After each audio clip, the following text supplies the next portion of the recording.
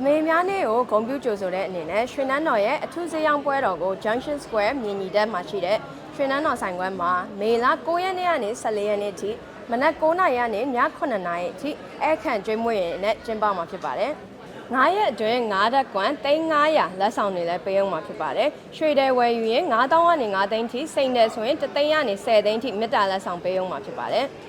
စိန်နယ်တွေကို25%discount ချပေးထားတဲ့အပြင်အယောင်ရောအလဲရော0% ထားပေးထားပါတယ်ပထမနှစ်ကိုအမြတ်1% ပေးပါမယ်ဒုတိယနှစ်ကိုအမြတ်2% ပေးပါတယ်ပြီးတော့9ရက်အတွင်းကိုဝယ်ယူအားပေးတဲ့ customer တွေတဲကပထမစု30ဒုတိယစု15သိန်းတတိယစု10သိန်းနဲ့နှစ်သိန်းစု9သိန်း3စုတို့ထပ်ပြီးချိမြင်တော့မှာဖြစ်ပါတယ်9သိန်းပိုရောင်းသူဝယ်သူတိုင်းကို3,500ကူပွန်လက်ဆောင်တွေလည်းပေးသွားအောင်မှာဖြစ်ပါတယ်။ဝယ်သူတွေအကုန်လုံးလည်း loyalty program ကိုခံစား권ရှိမှာဖြစ်ပါတယ်။မြန်မာနဲ့အတူတူနိုင်ငံကျော်အမှုပညာရှင်တွေပါတက်ရောက်မှာဖြစ်တဲ့အတွက်ရွှေနန်းတော်ရဲ့အထူးဈေးရောင်းပွဲတော်ကို Junction Square မှာလာရောက်အားပေးဖို့ဖိတ်ခေါ်ရပါတယ်ရှင်။